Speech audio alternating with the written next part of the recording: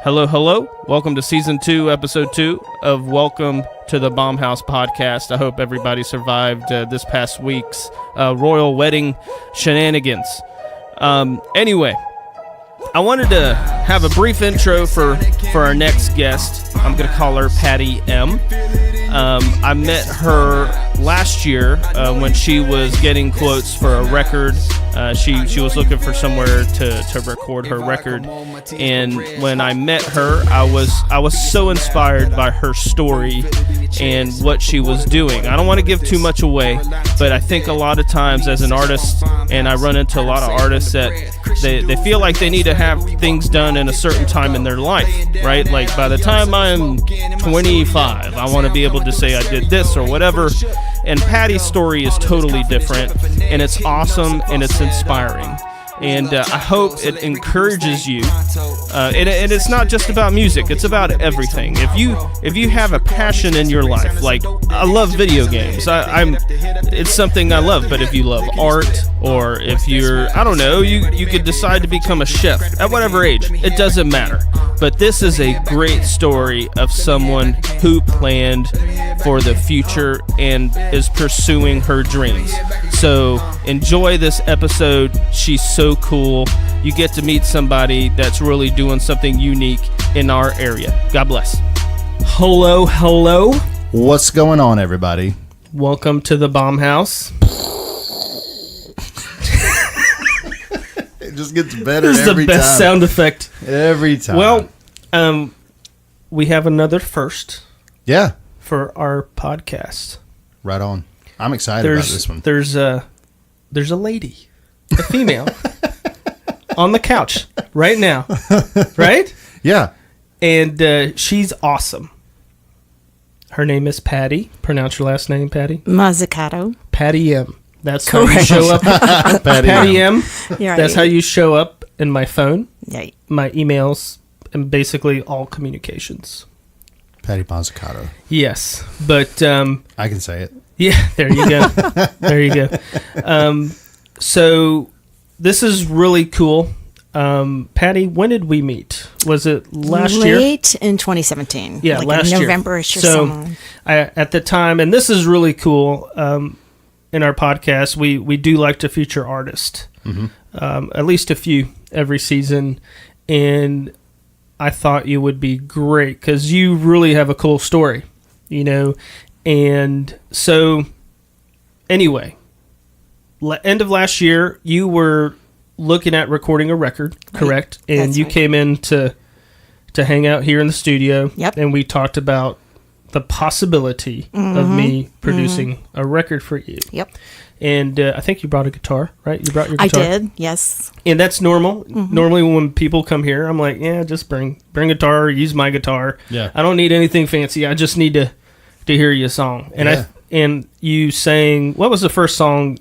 Was it My Old Shrine? It might have been in My Old Shrine, yeah. Which, it's this like cool, like fun, raunchy rock tune with this, like I can't even explain it, and I don't want to give anything away because we're almost done finishing your record. Yeah. We're gonna finish up some vocals this week, and we're gonna add some odds and ends. Nice. So when it's ready to come out, we're gonna let our audience know. Yeah. And that's a part of the reason I wanted you to be on here to promote sweet. what's happening. Yeah. But this lady sings this song for me. And I don't even know if I let you get past the second chorus, did I? No, I don't think so. I think I just told you to stop. Yeah, Because I knew 20 seconds in to the song, I'm like, I got to produce this record. Yeah. Yeah. Because we don't have a video of this podcast yet. Yeah. But if I could describe Patty is little, right? Yes. Short. Petite, yes. Little lady.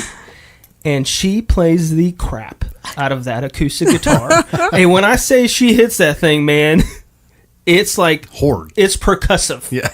It's percussive. And she just went into this song, and I was like, son of a gun. This is great. We gotta do it. Yeah. And it's really fun. We actually ended up getting, we brought in Jason, my drummer, and man, that song it's one of many really cool songs. And it just, we met that day, right? And it's hard to explain that process when people come to the studio. To me, when I'm producing records, it's so much more relational than it is about. I just instantly heard the songs, and I'm like, I think we batted back some ideas. I'm like, hey, I'm hearing this. What do you think? And you were like, oh yeah, that's cool. Yeah. And we sort of instantly knew, production wise, what we wanted to do. Yeah. So a couple of months later, we started working on your record, and we've gotten to know each other. I mean, we see each other almost every week, right? Yeah. And when you're, I don't know how many hours we'll have in your record, but it's going to be a lot. Yeah. So when you're working on music in the studio, you're with your producer for lunch, dinner. It's everything. You're literally a part of my life. Oh yeah. You're, these couple of months. Yeah. And I have really enjoyed getting to know you. Oh, it's been fun. It has been fun for me too. And I'm gonna be a little bummed when we finish up, but I think it's good because I've gotten to know you, and when we were working on season 1 of the podcast, I actually told Jimmy about you. Yeah. I said, man, I met somebody really cool. I think would be really interesting for the podcast.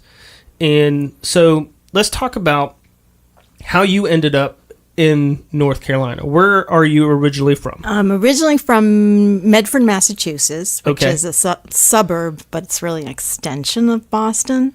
Okay. Yeah. Up north. And I went to school for most of my life there, and then started working a lot of places around New England. So you stayed up and- north professionally. Yes, for a while. My last place I was living before we moved here was New Jersey. And So you stayed up north mostly. yeah.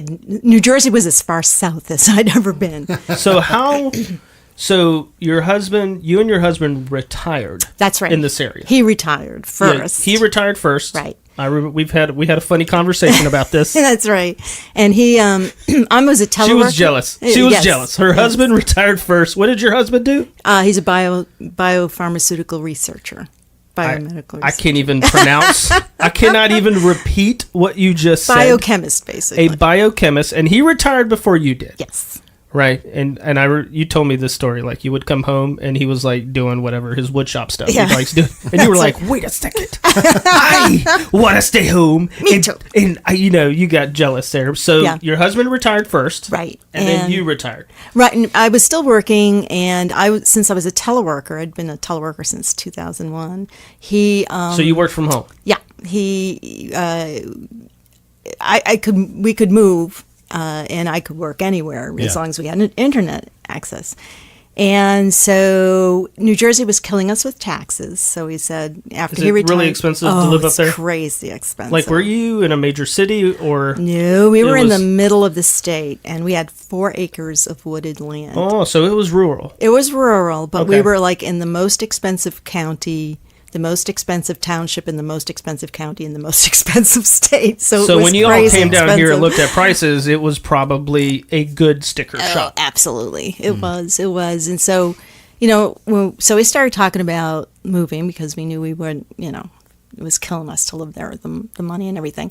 And I really wanted to come down south. I really loved the Keys. So had you visited? No. But you like Florida. I know love you like Florida. Yeah. My husband kind of likes 4 seasons, so we're kind of looking around, and I said, Asheville, that looks kind of interesting. So I did a little research on Asheville. It sounded like a place that we'd probably connect with. And so then we just saw like an ad for land down here on TV one day up in New Jersey. That is crazy. So they run ads up there? This one development did. The developer did. And so I said, well, this is a good excuse for us just to go down there and explore the area.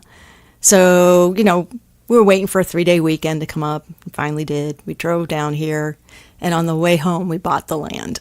Wow. Like, it was like that. It was like you connected with it that fast. Immediately. We have, views. And you built a house there, correct? We built a house, right. Man, and how many years ago was this? That was in 2000. Well, we moved here in 2011. 2011. Right. Okay. That's awesome that you guys retired down here. Yeah. And so you go to Asheville a lot. You go to I do. Marion, Yep. right? And you go to Morganton. Yep. Yeah. So Hickory now and then you too. guys have enjoyed. Like, was there an adjustment period with anything? Oh my gosh, yes. Like the pace of things.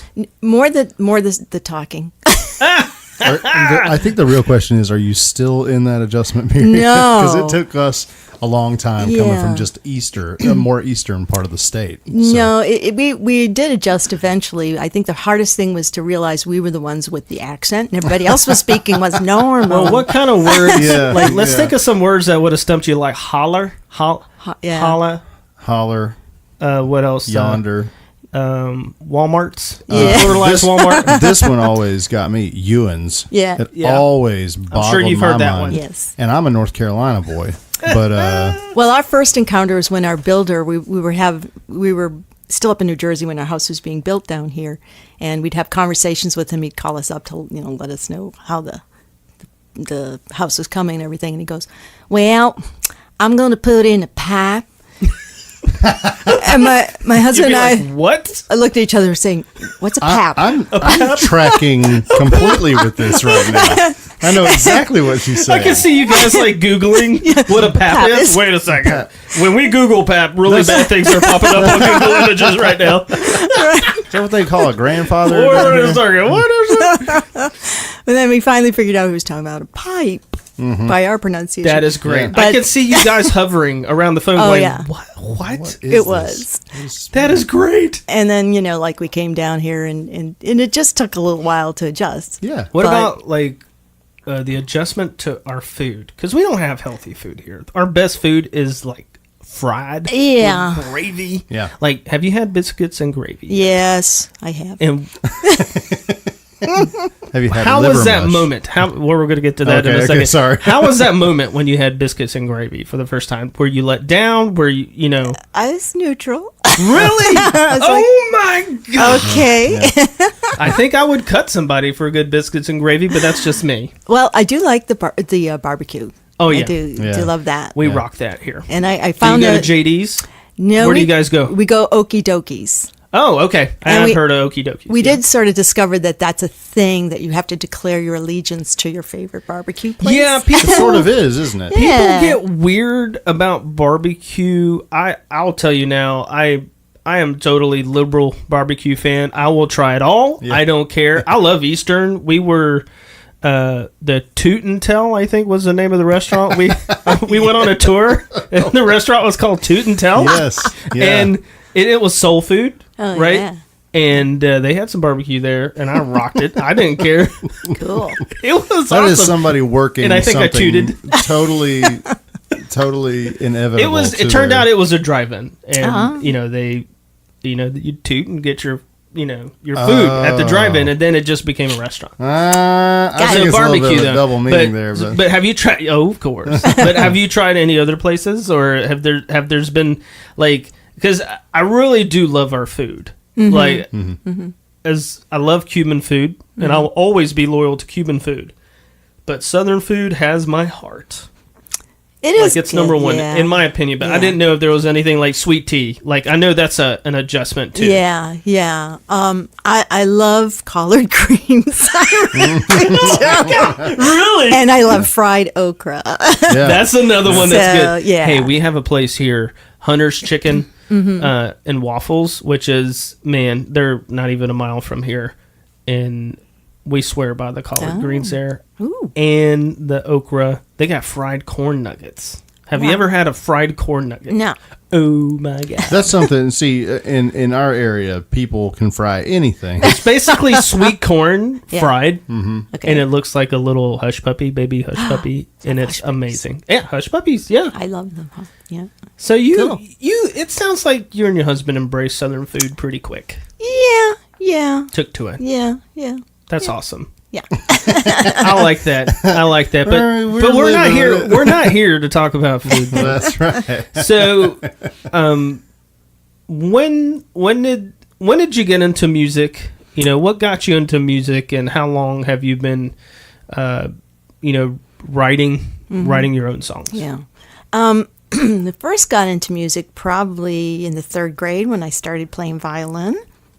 Yeah, you're one of those that plays everything. Yeah, she plays everything, Jimmy. I started with violin. She's all humble about it, and then like on half, she played bass on half of the most of the record, right? Yeah, acoustic guitars.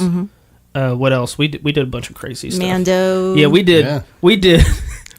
You have a Roland. Is it the D50? JV30. The JV30. Vintage. It's a vintage Roland keyboard, man. Shoot. That thing is dope. It's on the record too. Yep.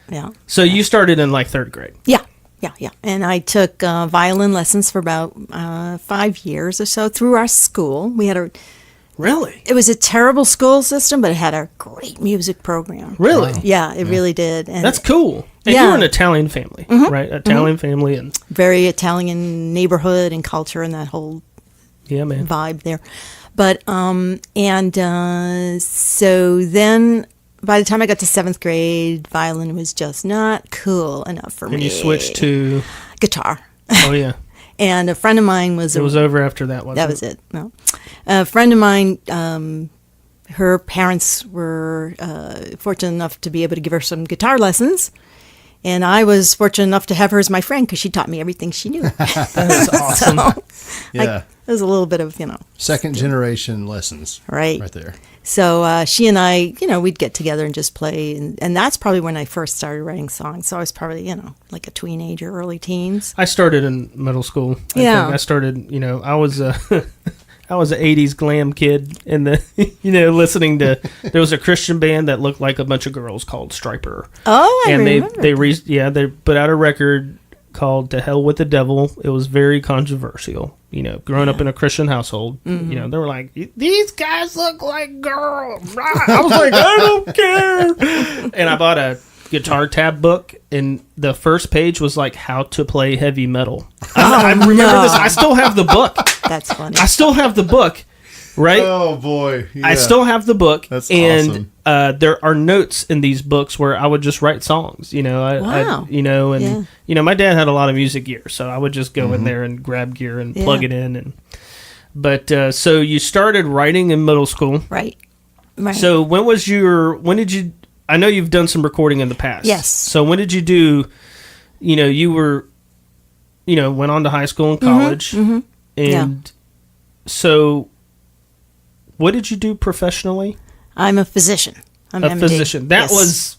was the title, Yes. right? Yes, but my specialty is pathology. Okay. And you were the first female in your family Yes, to go to medical school. to go to medical school. Mm-hmm. That's pretty cool. Yeah.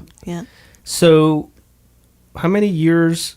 I mean, you did that till you retired, correct? Yes. And you- no, not pathology. I went into the pharmaceutical business Later thing. on? Yes, But pathology. yeah. Explain to me what pathology Yeah, is. for our less Please. We're wise members here. we have very limited knowledge between the both of us here. Yeah. Most people identify pathology with like on TV, the folks are doing autopsies, You mean like bones? Yeah, those kinds of things. And that's what some pathologists do. They're forensic pathologists, but most pathologists have a really less glamorous job. They're in the bowels of the hospital. You don't see them. They're just down there doing their thing. But most of what they do are like process specimens, like surgical specimens. If you had a mole removed or your tonsils out or anything like that. You were double checking all that stuff. That's right. We look at it for disease under the microscope or something. But we occasionally do autopsies too. That's part of what we do. We run the hospital labs. That's our other main thing. Like God bless you. autopsies on dead people. Yes. Well, hopefully. Not usually on live people. No. I'm just thinking If they're through alive, this. I think that's in a different So bracket. how many of these have you done, would you say? I think about 200. What's the grossest thing you've seen? Oh my gosh. Of course. We're Make gonna us ask gross. that. We That's the just ate first- at Mount Burrito. Let's do this. It's two guys. Make us throw up. No. Oh, oof. Man. Remember PG. Yes. Well, I don't know. Some of them were really Gross. The grossest PG thing. Well, I did see somebody who shot the top of his head off. That was pretty gross. And you had to figure out. exactly how it happened? Well, I was acting in the role of a deputy forensic pathologist in Vermont. Okay. And when I was doing my residency, and they sent me out in the field to go declare this guy dead and get him processed for an autopsy. What? In the middle of the night. Oh, it was really... In the middle of the night. And like this incredibly remote farm. Of course. Like it was so pitch black. So farmer dude was not happy, I guess. No, it was so pitch black that all you could see was blackness and the red and blue lights in the distance. Oh, no.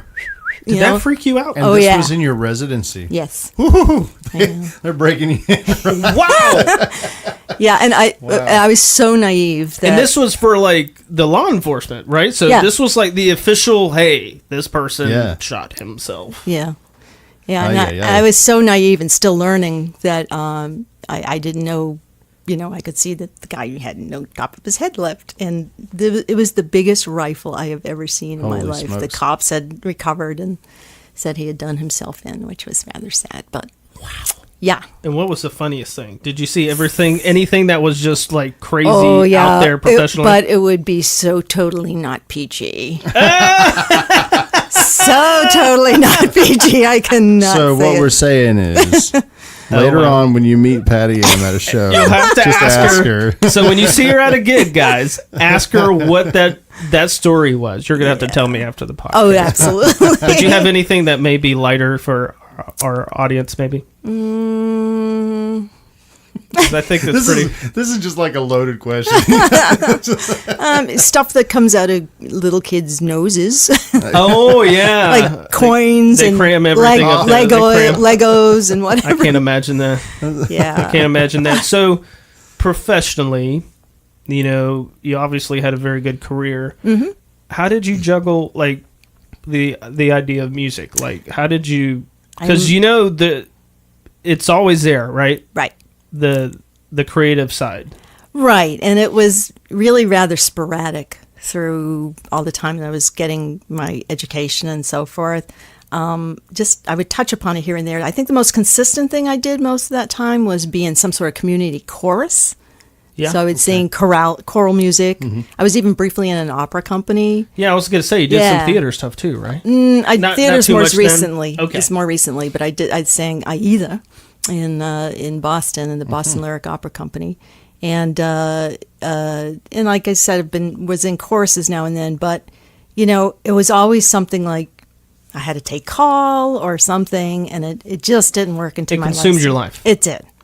And so I think was when I took a little bit of a break in the mid-90s, because I realized that I loved pathology. I just didn't like the practice of it. I liked the learning and the training, but the practice wasn't cutting it for me. So I was kind of like, I don't know, what am I going to do now? Because I spent literally 12 years preparing to be a pathologist and realized and then you were I didn't want to do it. This is not for me. Right. So that happens. Yeah, it did. And as I was sort of thinking about it and sort of trying to figure out what I was going to do next, I took that opportunity about a year and a half to do. That's when I did my recording. Okay. And I initially was, trying to get back into songwriting, and I always felt really weak with lyrics.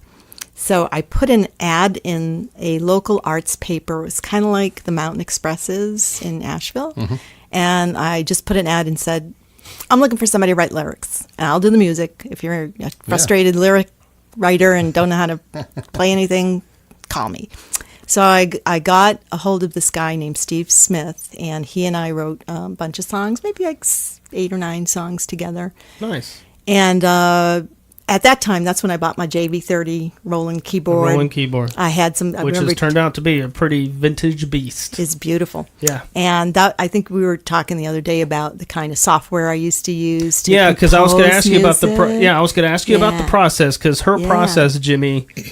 Wait till you hear this. This is pretty unique. So explain to Jimmy how you write your stuff. Okay, so I had a keyboard which I used as for your podcast audience. It's what we call a MIDI controller or a MIDI input device. It's a way I could tell the computer. And what year was this? This is like 94, 95. Y'all, computers in 94 and 95. Nothing like they are today. Were I can't even compare. Yeah. I can't even explain to how limited that computer was. Right. Okay, and it was a Mac, right? Yep, it was a Mac. At that time, it was only you had to have a Mac to do anything creative. Yeah. So I had this software called Encore. And Encore, when it came up on the screen, was basically looked like sheet music that was blank. Okay. And if I wanted a piano to play a C chord, I just entered the C chord, and if I wanted it to be for 3 beats, I designate that and just hit the C chord, and then I get a C chord play back to me. And then if my next note was going to be just a D, I just type that in and so forth. And then I would compose. Notated. Yes. She composed and notated. In the 90s. Yeah. In Encore. Encore sort of like it ended up being bought and sold a few times, right? Yes. So I knew of something called Finale. yeah, It's like that. I think it's Sort now of. Sibelius. I think it's in Pro Tools now. And a lot of software, modern software does have notation. As we found out. Yeah, so we did. We did some research, but that's so unique. That's so time, cool. So much time, right? Like takes a long time. Once you get started, so many things, like I would write a bass line or I'd write a drum track. Mm-hmm. With a drum track especially, you just copy that and paste. See, that's yeah, brilliant. of If you know Yeah. that, it's great. Yeah.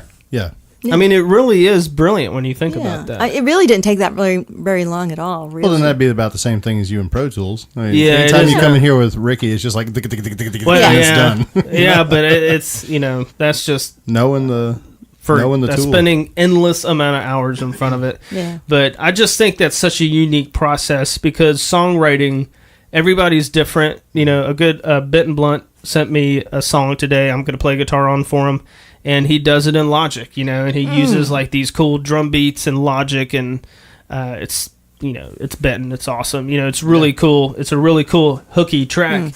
But his process is different than yours, or Right. even though I don't really write a lot of original music for myself these days, or I'll do some little creative things for side projects. Like I usually sit down with a beat and a guitar. Like for me, it all starts with the guitar. Yeah. And sometimes over the years I have written songs where I'll hear the chorus progression, but I have a guitar beside my bed, and I just grab the guitar and boom, boom, boom, and come in here and knock it out. So the fact that you have to notate it is awesome. Right. Well, that was then. Yeah. That's not my current process. So what are you doing? What's changed now? What's changed now is that I couldn't find for the longest time until you helped me with that. Any of that software, I kind of stopped doing it, and if you don't keep up with the updates, forget about it. It's gone. Forget it. So I was very frustrated looking around, couldn't find it again. So I said, well, I do play guitar, so let me just do that. And I just basically worked up all those songs that we recorded with either my guitar or my ukulele. Yeah. And just singing, you know. It's cool, man. And what inspired, like, your songs it's really cool, Jimmy. Some of her songs are just very simple, folk kind of tunes. And because you go to songwriting. I do. I've things. taken a lot of songwriting stuff. Yeah. And so when we're going back to the professional musical thing, like when you were done professionally, right, with your professional career, was your goal ultimately, hey, I want to pursue this part of my life that I had to put on hold? Was that? Absolutely. Because since I graduated from high school, I even knew then that as soon as I finished actually working my life, I was going to devote it back to music. God, that's awesome. Yeah. Because I over the years, I've had personal friends of mine that I've recorded for or have worked with at some level, and I've seen them separate the two. Like, it's either or, know, and I like the audience to know it's not either or. I have seen people totally drop their creative side and just, go work or, focus on their family, whatever their thing is, Yeah. And what I think is unique and cool about what you've done is you never let that go. No. That was your end game, right? Yep. And that's really cool. That's really cool, and I think it's really good for people to hear that story, because I think we all sacrifice stuff for whatever. Absolutely. Like if you decide to have kids, you're going to sacrifice something of yourself, even your guitars. Oh my God. Yeah, but you do. Whether you sell them or not, the kid's going to beat it up. Exactly. This is not workable anymore. Exactly. But there, I think people sometimes, I don't know why they're creating music. Sometimes I do think there's a business reason. Like maybe their whole idea is, okay, we want to hit the big time for whatever reason, and it doesn't happen. But my argument for people that are questioning, why they're doing what they're doing, it creatively, it's something that it's in you, right? Whatever reason, if God puts it there, whatever. I don't want to define why it's there. Sure. But it's there, right? And I think, and I've seen it manifest. I've seen people that have walked away from music and sort of focused on their professional and family life, only to write books later, right? I've seen that happen, and I've seen different things happen. Right. So I think it's cool that here we've got Patty. She had a great career, right? All these dead bodies she analyzed. She had a great career with dead And then people. professionally, you also traveled, right? All over the world, right? Yeah. For I was pharmaceutical? in the pharmaceutical field, yes. In the field. Was it for the government, or it was for an agency that worked with the government? Kind of both, yeah. Okay. The agency, this group that I worked with both the FDA kind of agencies, and like CDC and stuff like that, and those kinds of similar agencies all over the world. And I'm assuming that was incredibly complicated when you're dealing with bureaucracy. Oh, heck yeah. Yeah, so we're talking about medicines and drugs, and we don't need to get into that, but I can't imagine the logistics of that. Yeah, okay, it's cool. So, but it's crazy that you got into that, right? You obviously found it satisfying. You got that got you out of the pathology field. But getting back to how you got to music, when you came here, you knew you were going to plug in, right? I knew I wanted to do that. I think when I got here, I hadn't really looked at the area from a point of view of what's going on musically. Yeah, I was about to ask that. I really wanted to just make sure it was the right fit for us. I figured I'd do something with the music one way or the other. Sure. And so when I thought about where we were in Appalachia and everything, I thought, like probably a lot of people who aren't from around here, that it's almost exclusively bluegrass. And I was just completely amazed at the variety of music. Yeah, it's awesome. It just struck me. Asheville is a melting pot. Oh, it's crazy. And it always has been. Yeah.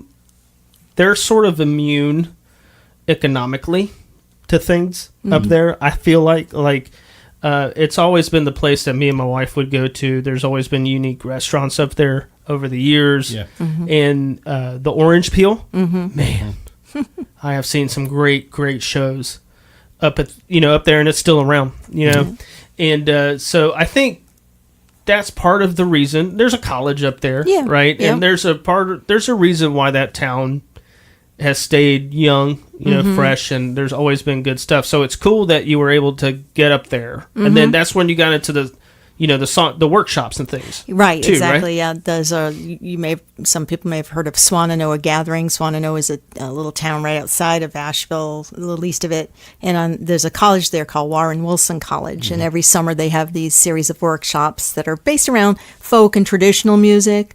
But they have like a guitar week and a songwriting week and so forth. And you just plugged in. Yeah. So, that sounds rad. That is, that sounds super rad. That's super cool. So we need to, I think it may be cool to put something in the podcast notes about that. You think that would be cool? Yeah, sure. Let people know what's going on, because I think that's unique. Yeah, and it's great. It's a really nice So you were surprised, I guess, at the diversity.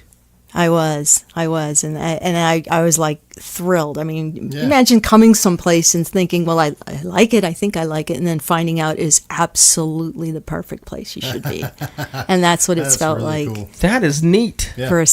I keep kicking myself, saying, why didn't I move down here earlier? Yeah. See, I think more people, but people need to hear that. Yeah. Right? I think that. I mean, just piggybacking on what you said, not even making that a point or a reason in your decision to move here and then finding out that it's Perfect. oh fit. wow, yeah, it's also exactly what I wanted. Yeah. So how did you find me?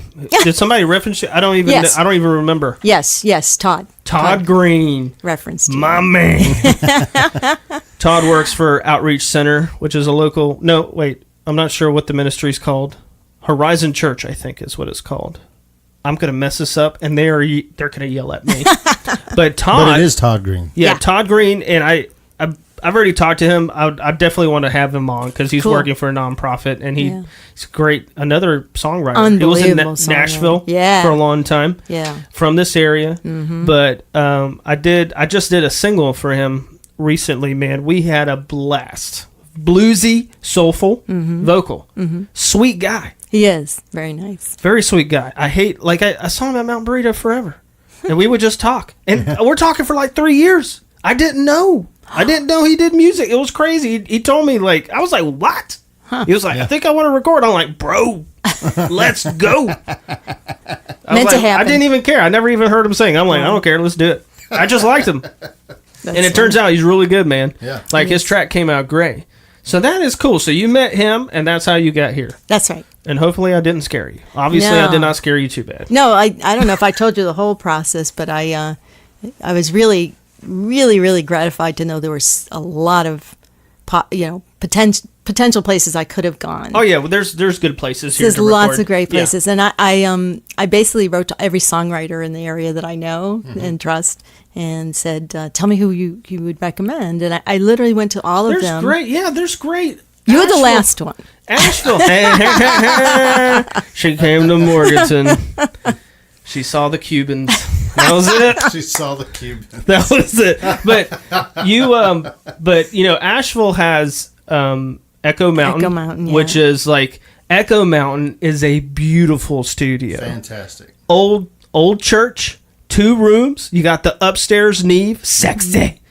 Yeah. Okay, the nave is a soundboard, guys. It's old. Think old 70s, late 60s. Oh, like the size of a room. It's literally the size of a room. And then downstairs you have the API, which is API is like more of a modern, think earlier Tom Petty tones, and that's what an API is, right? And they have an API board downstairs. And it's an old church, right? And I forgot the name of the dude that owns the studio, but he's from the West Coast. I think he made his money in the 90s.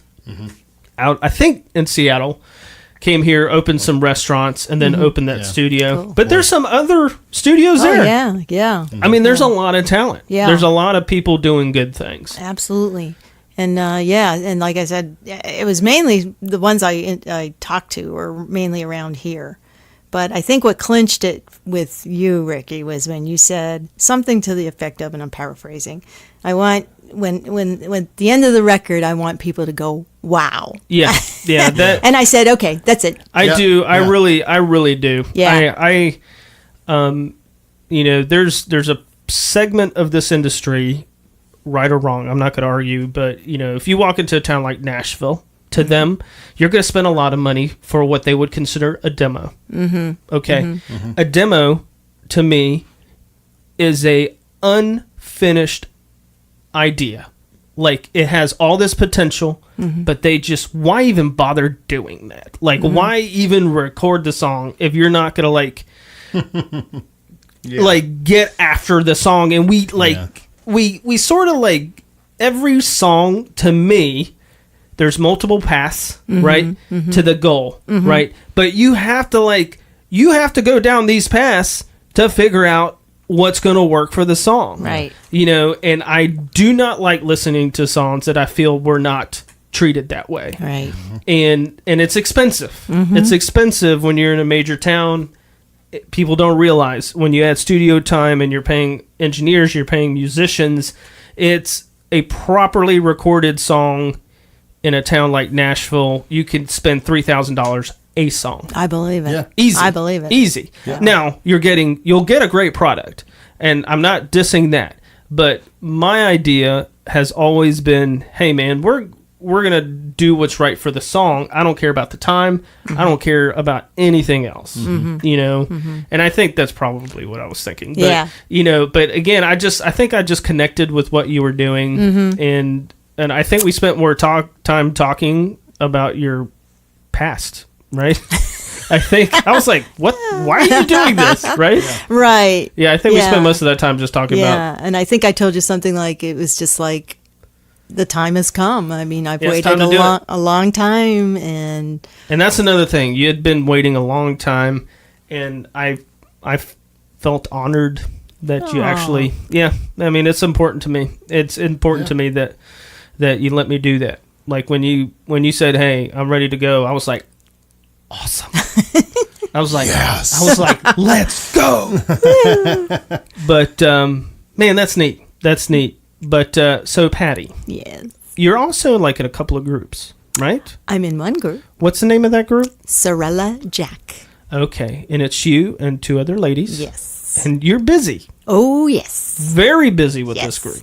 Yeah, pretty busy with them, and between them, that's where I fit in my gigs too. So yeah, I'm going all the time. You stay very busy. That was do. another thing that impressed me is that you have you've really built something there. I will gig anywhere, anytime, anything. I mean, just play. That's what I was going to ask you. Are you is that group mostly regional or just goes all over the place? Regional right now. Okay. Yeah. I mean, we're but slowly kind of wineries, right? Wineries, brew pubs, restaurants, festivals, you name it, we'll play it. Weddings now. You told me some weddings. Weddings. Right? We've been doing some private parties. We'll do things like at Christmas time and stuff like that. Yeah. That's so cool. That's killer. And how did you build that? Like, how did you guys, I mean, how did you meet that, the girls and how, Yeah. Well, the first person I connected with was Melody Cox, who has been in this area for quite a little bit longer than me, maybe 10 or 11 years or so. And she was kind of one of the pioneers of this sort of winery singer thing. Yeah. She was one of the first ones doing that, and I think she started over in South Creek. Yeah. That might be me.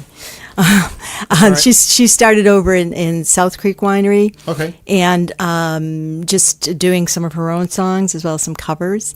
And my husband and I used to go there to South Creek, and I would see her playing. And it just sort of struck up a conversation because I was thinking I would love to do the same thing that she's doing. And I said, gee, I was just talking with her, and I said, gee, I used to do some recording back 20 or so years ago. So I played her. I had on my phone on iTunes. I played her one of my recordings. She goes, we should talk. So initially, she and I got together as a duo, and we were going to do some songwriting. That really didn't so much come to fruition, the songwriting, but we just put together a nice set of 30, 40 songs that we could play at the wineries. And we were 4 weeks away from our debut at Silver Fork Winery here in Morganton. Mm-hmm. 4 weeks away when we got approached by another person who used to go to the wineries, Leah Wall, who's our current percussionist. And she said, gee, I heard you guys are singing together. Can I maybe sing with you guys? Wow. And we said, you have 4 weeks to learn all these songs, so let's go. Yeah. So, and I give her credit. She did it. And so you guys have been together since? We have been together since 2014 was our first year together. And you do some of your original songs with We do a few of our originals. We do mostly covers. But what about your stuff? Like I know you do some gigs where you're doing some of your original stuff too. Yes, right? when I gig solo, I do a little bit more of my original stuff. Yeah, that is great. We'll definitely put links in the show notes. Cool. Yeah, I want to make sure. We can find your information, and because your record, we're gonna be done soon, and I'm really excited about it. Me too. I'm excited about it, and I want to make sure that we help you promote that. Thank you. When it comes out, because I'm assuming we'll have it on all digital places there. But are there any songs that like surprised you on the new record that like once we started working on them and we started doing some things, are there any particular anybody can look forward to? We'll make a note, but is there anything maybe that you're like, hey, I'm really excited about somebody hearing this song? Oh, I think My Old Schwinn, which has which is a real favorite at my gigs. People love that. Yeah, it's song. bluesy. It's raunchy. Yeah. It's cool. Yeah. Raunchy is the key word. Well, if you saw Patty, right, I'm serious. Like, that's the first song I heard her play, and I was like, this is dope. It's like, it did not match much Yeah. what I was looking at. Yeah. I'm like, and We're breaking down stereotypes and barriers. I loved that. With raunchy Me tunes. too. I was like, that is great. I've got to hear it now. Man. It's cool, man. It's cool. Well, Jason, our drummer that we use for that, He's fantastic. Unbelievable. not to get too on the technical side, but there are some songs where there's just like 4 drum mics on these songs, and it just sounds perfect. Oh, it's just beautiful. Like It's a beautiful thing. Yeah, I'm excited. I'm Me excited too. about people hearing what we're gonna do. Yeah. But so, how can anybody find you? I'm on Facebook at Patty with a Y, M Music. So All right. Patty M Music. Sweet, and we'll make sure to have the links for And that. but yeah, for Sorella Jack, it's just Sorella Jack. Yeah. Just one word. And- SORELLAJACK. Okay. Very cool. Jimmy, do you have any questions? Bombs for her? away time, baby. Yes. Let's go, Patty. Every episode that we have a special guest on, we ask 3 questions. 2 are, pertain to them, and the third one is always the same. So we'll get to it. Let's do it. Number 1, what is one of your very favorite single moments on stage ever? Just one of them, because you look like you just my. love music so much. They're probably all great. Yeah. Oh golly. Well, I don't know, man. Hard to. I think it's with Sorella Jack for sure. Because sometimes when we just playing together, we just yeah. I know. That I think feeling. every time Melody sings, we sing a cover of Hallelujah, and she does the what's his name, Leonard Cohen version of it, or not the Leonard Cohen version. The I can't remember the guitar player. Do you remember Jeff Buckley. Yeah, that version of it. Jeff Buckley was magical. And every time we do that, it's like, Chill bumps. Yeah. So I think that's that. Okay. I love that Rad. Jeff Buckley reference, boy. Sorella Jack. Oh, hallelujah. Yes. Jeff Buckley. Right on. Okay, number 2 then. What would you tell an aspiring musician who's working a very strenuous job like you've had? Don't give up. I kind of thought you were going to say that. Never, but ever too old. You're not. Nah, I love that. I Yeah, man. mean, Love that. I mean, look Absolutely. at me. I'm, Living the dream. I got silver hair, but I'm rocking, so I'm happy with She's making raunchy songs in the bomb house. Yeah, she is. So. These are cool, man. I'm telling you, man. It's cool. Right on. It's very cool. And finally, what is your favorite taco and where was it ever from? Gee, I'm burrito. Don't feel pressure. No. Seriously, I'm not much of a taco person. Yeah. And actually, these past few weeks, I've been getting a taco salad mostly, which has been delicious. But I just started getting your single taco thing. Yeah, that's my favorite. Delicious. Okay. Yeah, their pork is Yeah, awesome. it's the most Yum, yum. unique There you go, thing. Brian. Man, Boom. we are really ticking them up for Mountain Burrito right Yeah, now. we are. But Patty, thank you for doing this for me. Yeah, thank you and so for much. us. Yeah. Thank you guys. I think your story's not finished, obviously. Just started. And I can't wait. I can't wait for your future. And I think it's very encouraging. It encourages me to watch what you're doing. I know that. Thank you. Yeah. And I do appreciate what you're doing. So everybody, as time gets closer, we'll update our team on your record. Thank you. Through Facebook and all that good stuff. Our audience is growing. We fully expect at least everybody who listens to this to buy your new record. Everybody. We fully expect it. Stream it. Stream it. Just stream it like crazy. And you can find your dates on Facebook. Oh, yes. Okay. Yeah. Okay. And so it's up on like boards too. I think I saw it at the grocery store, right? Yeah. This gets yeah, and it also gets picked up by a lot of these other places around here that advertise for Cool. local They're musicians. gonna take over. right on. Yeah. Jimmy,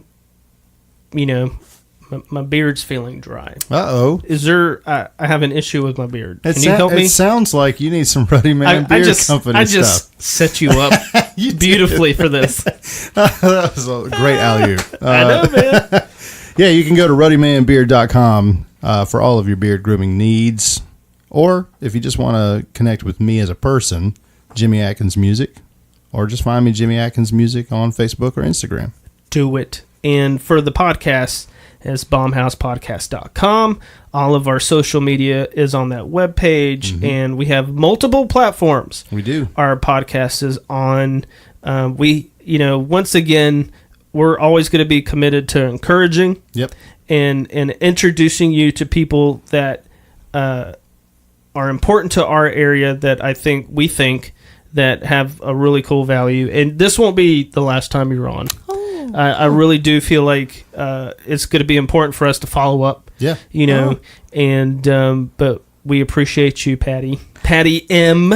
And she brought us some cookies. Yeah. What's it called again? What did you bring us? They're called pizzelle. Oh, listen to that. Oh, man.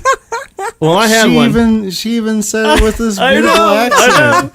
And I had one right before we started. See, my wife, your wife, they both work in like foreign language departments. Yes, they do. They do. They'd be freaking out right now.